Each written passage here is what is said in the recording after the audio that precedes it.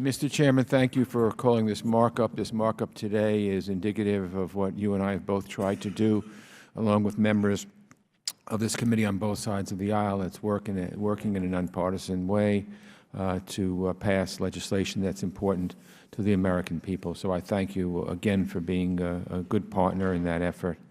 The Chairman sets the tone, and you've certainly set the right one. We have 9 good measures before us today, and I want to thank our members for all their hard work. I'll start by voicing my support for 3 different measures addressing the ongoing challenge of North Korea. They send a clear message that we need a careful and comprehensive strategy aimed at building peace and stability on the Korean Peninsula. I'm glad to be an original co-sponsor of the Chairman's measure, the Korean Interdiction and Modernization of Sanctions Act. This bill updates the North Korea Sanctions and Policy Enhancement Act. It seeks to build on the UN Security Council's efforts to cut off sources of hard currency to the Kim regime and the North Korean nuclear program. I have had the occasion to travel to North Korea twice, including once with our colleague and friend Joe Wilson. And when you go there, it's like stepping backwards into a time warp. It's just absolutely amazing and interesting. I also welcome the bill offered by Chairman Poe and Ranking Member Sherman to ask the State Department to take another look at North Korea to determine whether or not they should be designated as a state sponsor of terrorism. And Mr. Wilson's resolution condemns North Korea's development of intercontinental ballistic missiles, reaffirms America's commitment to our allies, the Republic of Korea and Japan, calls upon China to use its influence to bring the North Korean regime back to credible negotiations, and encourages a comprehensive diplomatic effort to see that existing sanctions against North Korea are fully enforced. Democratic and Republican administrations alike have struggled with this challenge, but we cannot give up, in my view. We need sustained high-level attention and relentless diplomatic engagement, and these 3 measures support that approach. I'll turn now to the resolution reaffirming the partnership between the United States and Argentina, offered by Mr. Cires and Mr. Duncan. I've long advocated exploring the untapped potential of the U.S.-Argentina relationship, and since the election of Mauricio Macri in late 2015, we've made good progress. At the Chairman's and my urging, President Obama quickly ramped up engagement with the Macri administration, including a visit to Buenos Aires last year. President Macri will visit Washington next month. I look forward to welcoming him, and I'm glad to support this measure, which signals our commitment to this relationship. Next, I'm glad to support Mr. Cicilline's resolution honoring the life of Shimon Peres. In a lifetime, you just don't meet that many people about whom you can say, this person helped shape a country, helped build a new democracy from the ground up.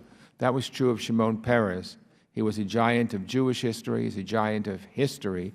He was a champion of Israel and the people of Israel, and he was a visionary for peace and progress. I attended his funeral in Israel several months ago. It's a vision we need to keep alive, and this measure will help to do so.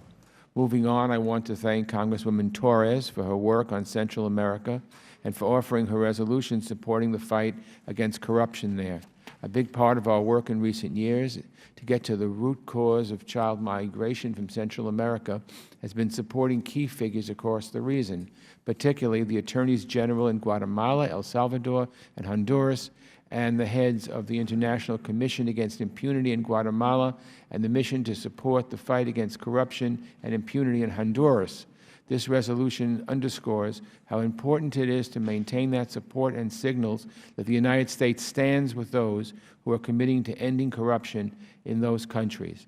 I'm also glad to support Ranking Member Bass's resolution, emphasizing the need for continued action to deal with the famine in South Sudan.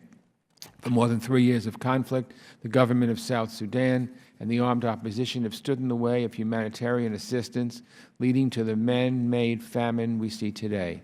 Without the United States and our partners, the situation would frankly be a lot worse, another reminder of what good a strong foreign affairs budget can do.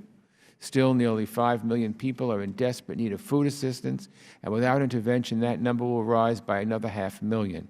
This measure calls for continued, strong support to help alleviate this crisis, and I thank Representative Bass for her leadership. Next, let me thank Chairman Smith for his bill aimed at providing support for minority groups victimized by ISIS. The United States cannot stand by while genocide is perpetrated against Christians, Yazidis, or any other minority group. Congress said as much last year as did the Obama State Department, and this bill follows up on those efforts.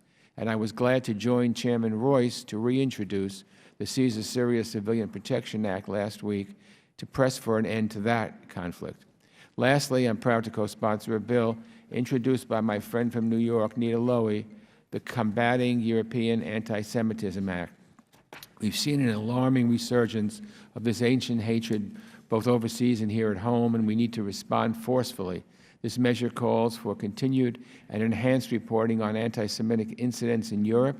It also makes clear why it's so important for the United States, other countries, and multilateral bodies to confront this problem, including ensuring the safety of European Jewish communities.